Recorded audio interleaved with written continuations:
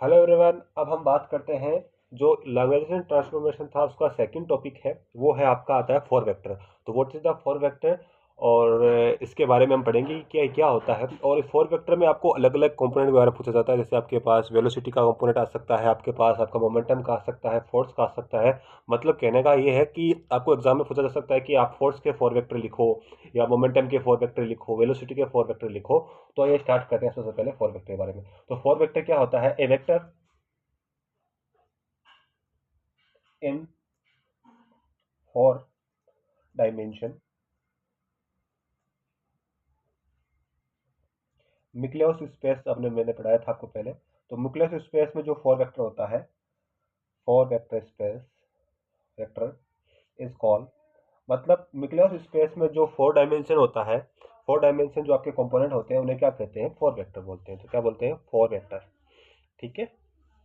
तो आप इसकी डेफिनेशन लिख दोगे, तो लिखोगे its component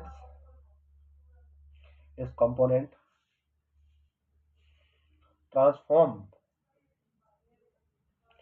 for one frame to लैंग्वेजन। ठीक है। ट्रांसफॉर्मेशन मतलब ये क्या होता है? ट्रांसफॉर्मेशन होता है किसका? इसमें तो ट्रांसफॉर्मेशन। ठीक है। आप लिखोगे a four space, a four vector a new is a vector in four dimension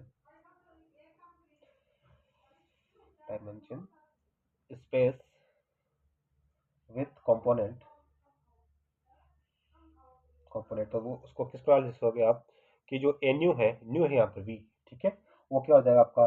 A1, A2, A third और A4। यहाँ पर डे नहीं है, बात नहीं है, सीधा। ठीक है।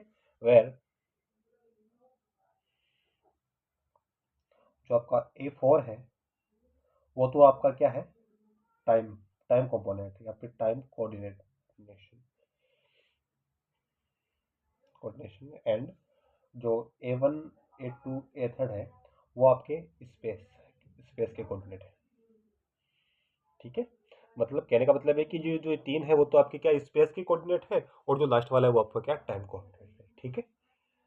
तो अब हम इसको किस प्रकार से लिखेंगे?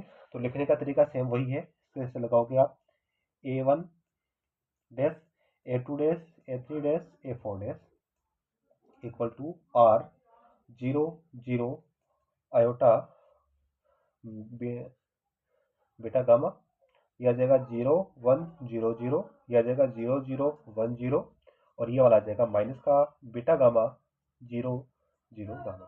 और ये क्या हो जाएगा? आपका स्क्वायर हो जाएगा A1 A2 ए थर्ड A4। ठीक है। तो आप क्या लिखोगे? नीचे लिखोगे कोऑर्डिनेट, आप लिखोगे कोऑर्डिनेशन ऑफ लैग्रेंजियन ट्रांसफॉर्मेशन। ठीक है, आप पूरा लिखोगे, मैं इसमें छोटा लिख रहा हूँ। तो ये लैग्रेंजियन ट्रांसफॉर्मेशन है। वो क्या हो जाएगा आपका पास? ए वन का स्क्वायर, A2 का स्क्वायर, ए थर्ड का स्क्वायर, A4 का स्क्वायर इक्वल टू आपका आ जाएगा A1 स्क्वायर, A2 स्क्वायर का डैश का स्क्वायर, A3 डैश का स्क्वायर, A4 डैश फोर का। ठीक है। तो उसका लिखोगे तो हो जाएगा सिग्मा, आपका आ जाएगा आयोटा वन, ये फोर तक चला क्योंकि फोर टर्म है यहाँ पर, और यह आ जाएगा एन यू का स्क्वायर इक्वल टू सिग्मा, ये भी फोर तक चल रहा है आपका, आयोटा फोर तक चल रहा है, और ये आ जाएगा आपके पास फोर, ये A1 फोर तक चल रहा है आपका, और ये आ जाएगा आपके पास स्क्वायर। ठीक है। तो ये आपके क्या होते हैं? ये आपका दैट इज कॉल्ड, इसको लिखोगे this is non as non as square. अब देखो ये होता है आपके किसके होते हैं? ये आपके मैट्रिक्स के क्या होते हैं? ठीक है।